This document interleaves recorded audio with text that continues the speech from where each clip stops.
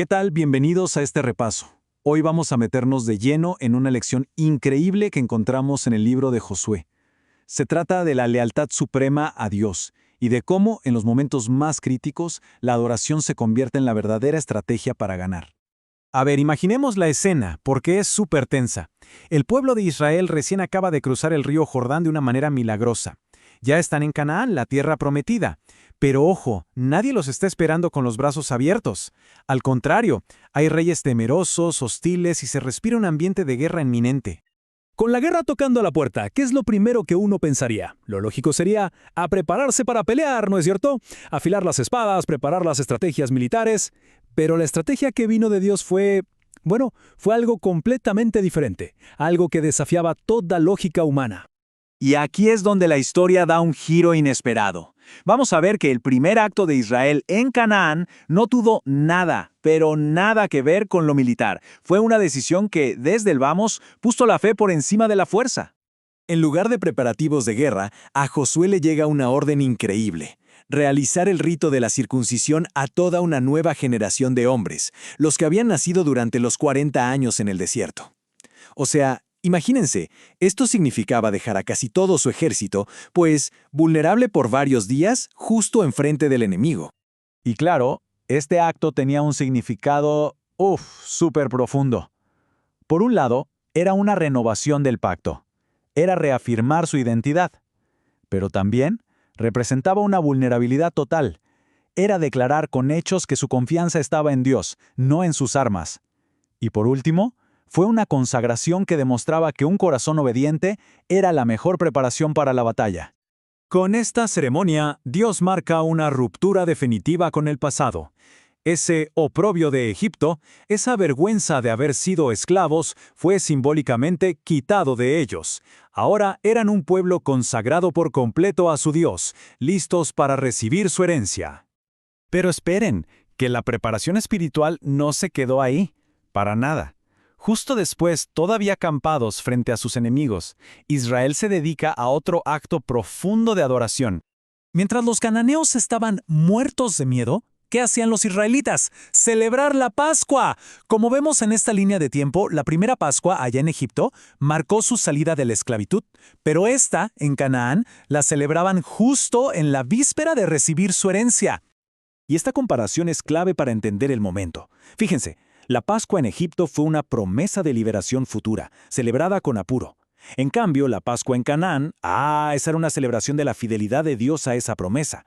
No era solo mirar atrás, era una declaración de confianza de que el mismo Dios que los liberó de Egipto les daría la victoria ahora.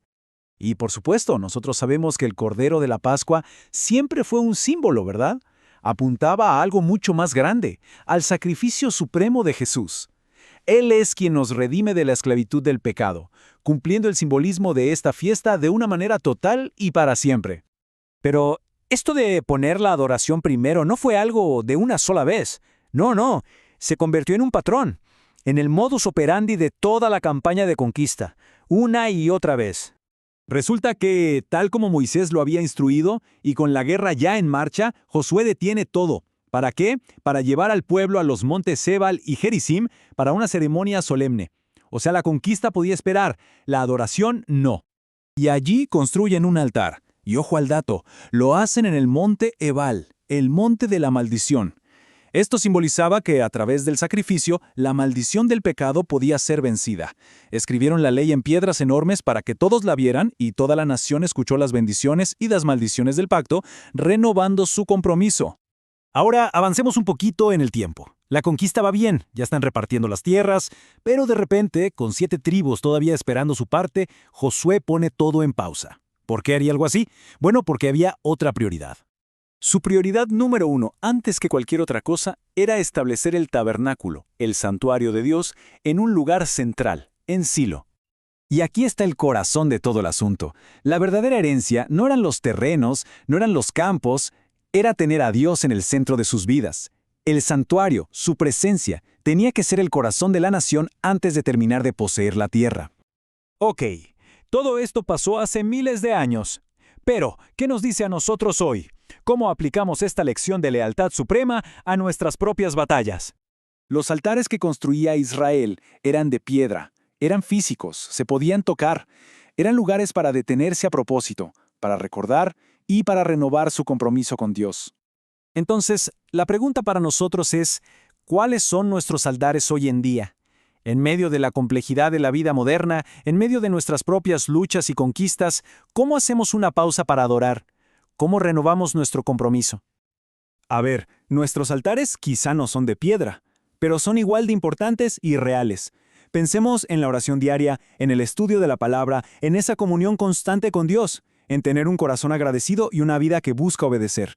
Esas son las prácticas espirituales donde construimos nuestra relación con Él y encontramos la verdadera fuerza. Al final, todo se resume en este principio que Jesús mismo nos enseñó y que Josué vivió en carne propia. Busquen primero el reino de Dios y su justicia. Poner a Dios primero no es una sugerencia, es la clave de todo lo demás. La victoria espiritual siempre, siempre precede a la victoria terrenal. Y esta es la gran lección que nos deja Israel en Canaán.